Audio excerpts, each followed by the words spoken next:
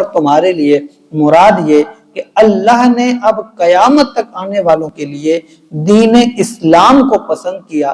اب کوئی دوسرا دین حقیقت نہیں ہو سکتا. جو بھی ہوگا جو اسلام کے تحت اب آئے گا وہی حق ہے. یہود ہو، نصارہ ہو، کوئی بھی ہو، اب دین اسلام میں داخل ہوں گے، دین اسلام کے طریقے کے مطابق، اس شریعت کے مطابق، اس اصولوں کے مطابق آئیں گے، وہ درست ہوں گے، نہیں تو نہیں ہوں گے. ایک وضاحت پوری کر دی.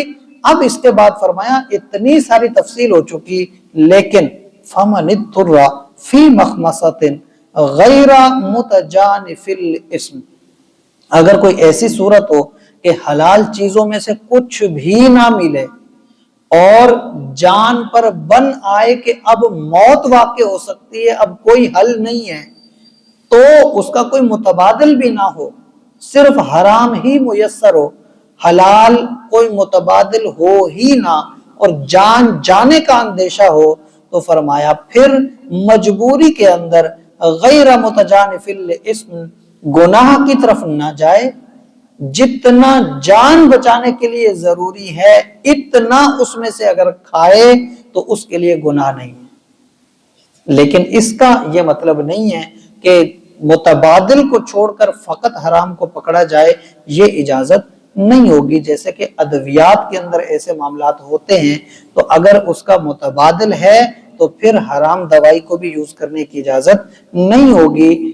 لیکن اگر ایسی صورت ہو کہ جان جانے کا یقینی طور پہ وہ ہو جائے اور یہ بھی پتا ہو کہ اس کے بغیر کوئی حل نہیں ہے، حلال کچھ بھی میسر نہیں ہے، تو پھر ہے کہ جان بچانے کی حد تک حرام میں سے جائز ہو جائے گا، اللہ اس کا جو ہے نا وہ معاف کرے گا. تو فرمایا کہ فَإِنَّ اللَّهَ غَفُورٌ رَحِيمٌ، بے شک اللہ تعالیٰ بخشنے والا ہے، رحم فرمانے والا ہے. مراد یہ کہ اگر کوئی بندہ گناہ میں پڑے نا، لیکن اگر اس وجہ سے مجبوراً جان بچانے کے لیے صورت بنے تو پھر اتنا کر لے تو اللہ معاف کرے گا، حد سے بڑھے گا تو پھر سزا ہے، پھر اس کے لیے حرام ہے. اللہ تعالیٰ سے دعا ہے اللہ تعالیٰ ہمیں قرآن کریم کی تعلیمات کے عین مطابق ہمیں شریعت کو سمجھتے ہوئے، اس پر عمل کرتے ہوئے اپنے عقائد، اپنے اعمال، اپنے معاملات کو سمجھنے کی اور سنوارنے کی توفیق عطا فرمائے.